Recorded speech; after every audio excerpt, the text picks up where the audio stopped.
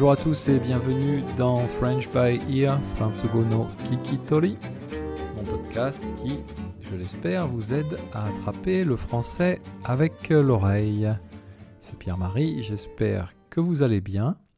Pour ma part, je vais bien, je vais très bien, d'autant plus que je reviens d'un week-end de 3 jours, car nous sommes partis avec ma femme pour fêter son anniversaire du côté de Nagano, pour être précis dans un petit village à 1 heure de bus de Nagano, un peu plus haut dans la montagne. Et donc pour moi c'était une découverte puisque c'était la première fois que j'allais dans les Alpes japonaises. C'était vraiment très bien, d'autant que la saison automnale a commencé, donc on avait déjà bien les belles couleurs d'automne de la forêt japonaise. Et puis, coup de chance aussi, on avait réservé un hébergement un petit peu presque au hasard, sans trop connaître. Et coup de chance donc, c'était vraiment un super hébergement, notamment les dîners étaient vraiment magnifiques. Et du coup, ça s'est vraiment transformé en week-end gourmet un petit peu, puisqu'on a vraiment fait d'excellents dîners dans ce yado, dans cet hébergement qui s'appelle Tane. Si un jour vous allez du côté de Togakushi, vraiment, je recommande Tane. Je mettrai le lien dans les notes de ce podcast. Alors donc, nous sommes très contents de ce week-end et nous sommes d'autant plus contents de ce week-end que nous avons pu revenir vivants à Tokyo. Alors pourquoi je dis ça ? Parce qu'à un moment donné, pendant le week-end, on a eu un petit doute sur le fait qu'on pourrait effectivement revenir vivant chez nous. Alors pourquoi je dis ça ? Eh bien c'est à cause des ours. C'était la première fois que j'allais donc dans cette région et je ne savais pas que c'était une région effectivement à ours. C'est-à-dire une région où apparemment il y a beaucoup d'ours, puisque quand nous avons commencé notre promenade dans les bois, tout de suite, pratiquement au début du chemin, il y avait une pancarte « Faites attention aux ours ». D'accord. Alors on s'est un petit peu regardé, on a un peu hésité, puis comme il y avait d'autres randonneurs sur le chemin, nous avons continué. Mais un peu plus loin, une autre pancarte un peu plus menaçante quelque part, avec cette fois-ci non pas un dessin d'un ours un peu mignon, mais là une photo d'un vrai ours qui avait l'air très en colère et qui avait l'air d'avoir très faim, et donc avec vraiment un message assez insistant, on va dire un message assez fort pour attention au fait, vraiment très attention aux ours. Bon, alors à ce moment-là, on a quand même commencé à hésiter un petit peu et on a décidé de revenir dans notre hébergement pour demander aux personnes qui s'en occupent des informations un petit peu sur les ours. Est-ce que vraiment c'était risqué ou pas risqué ? Donc la personne de l'hôtel nous a dit « Écoutez, non, normalement, à cette saison, il n'y a pas de problème. » Alors bon, c'était à moitié rassurant. Personnellement, j'ai pas trop aimé ce « normalement ». J'aurais préféré qu'elle me dise « Non, vous inquiétez pas, à cette saison, il y a absolument zéro risque. » Mais bon, donc c'était un peu différent. C'était normalement, il n'y a pas d'ours à cette époque. Comme la personne a vu que j'étais à moitié rassuré, elle m'a dit « Écoutez, ne vous inquiétez pas, je vous donne une petite clochette. » Alors, une clochette, qu'est-ce que c'est ? Eh bien, tout simplement, c'est ce petit objet en métal qu'on peut donc accrocher à son sac à dos. Et quand on marche dans les bois, il fait un petit bruit pour prévenir l'ours de notre arrivée. Alors bien sûr, on a pris la petite clochette avec nous, on l'a accrochée à notre sac à dos et nous sommes retournés faire notre promenade dans la forêt. Mais j'étais quand même pas totalement rassuré, en tout cas au début, parce que je me disais, si on tombe d'un coup nez à nez avec un ours, qu'est-ce que je peux faire avec la clochette en fait ?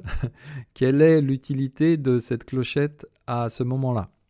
Mais bien sûr, la logique est en fait tout à fait différente, puisque il semblerait donc, d'après les spécialistes des ours, que tout simplement le bruit de la clochette éloigne l'ours, c'est-à-dire que quand l'ours entend ce bruit de clochette, il va plutôt chercher à fuir, puisque finalement, si nous n'avons pas tellement envie de rencontrer un ours sur notre chemin, il semblerait que pour l'ours, c'est la même chose, il n'a pas tellement envie de nous voir.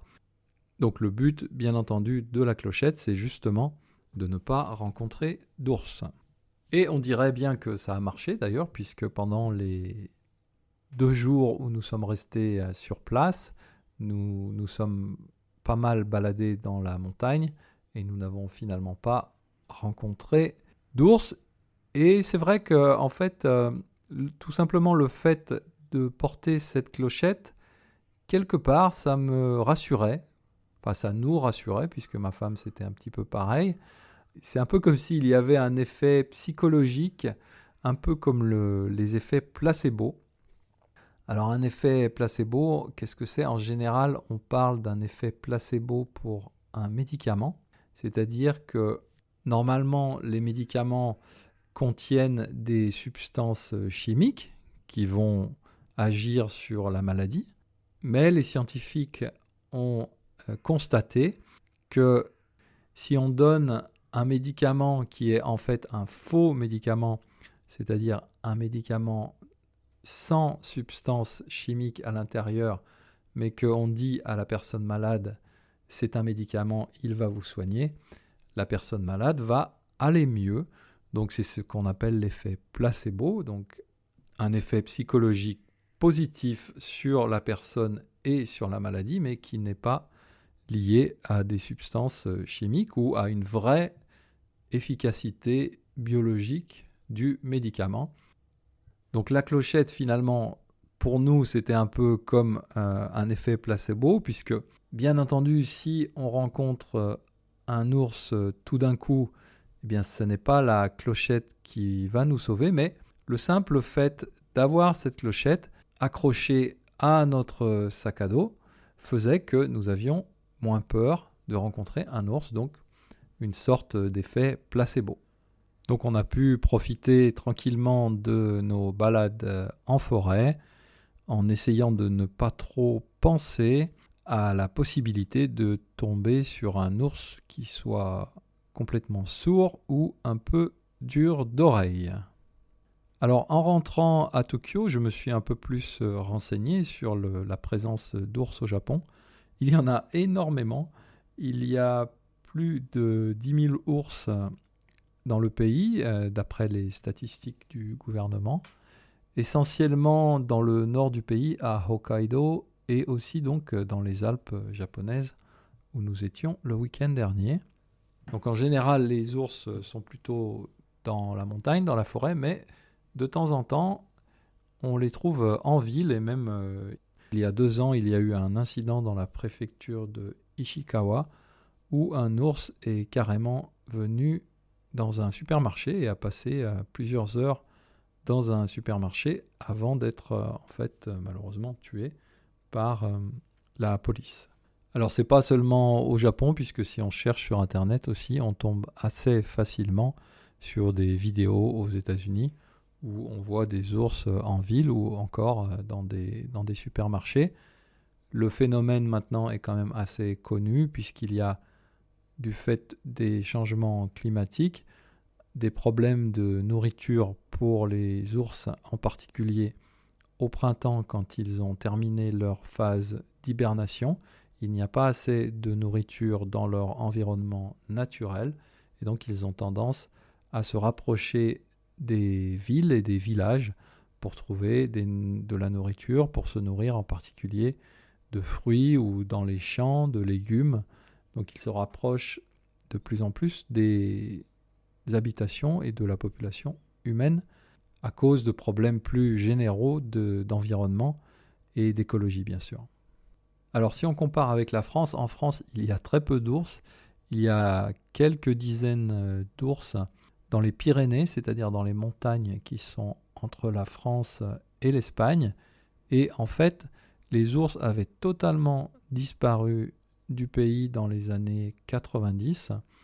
mais ce sont surtout des écologistes, des militants écologistes qui ont souhaité faire revenir des ours dans la montagne française, et donc en particulier dans les Pyrénées.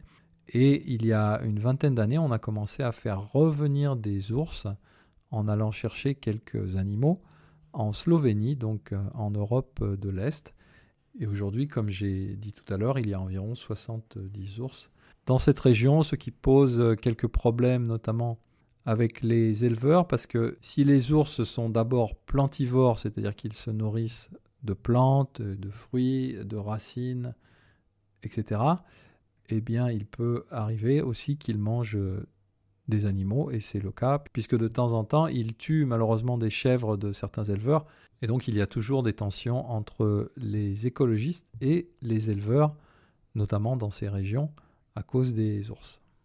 Sur mon site internet, avec la transcription de ce podcast, je vais rajouter une petite vidéo d'une série qui s'appelle Un jour, une question, qui est une série de vidéos très sympa pour expliquer l'actualité aux enfants français. Et donc peut-être que ça va vous aider aussi à un peu comprendre la situation des ours dans les Pyrénées en France. Voilà, c'est tout pour aujourd'hui. Je vous souhaite une bonne journée, une bonne après-midi, une bonne nuit, selon l'heure à laquelle vous écoutez ce podcast. Et je vous dis à bientôt. Mata Chikai.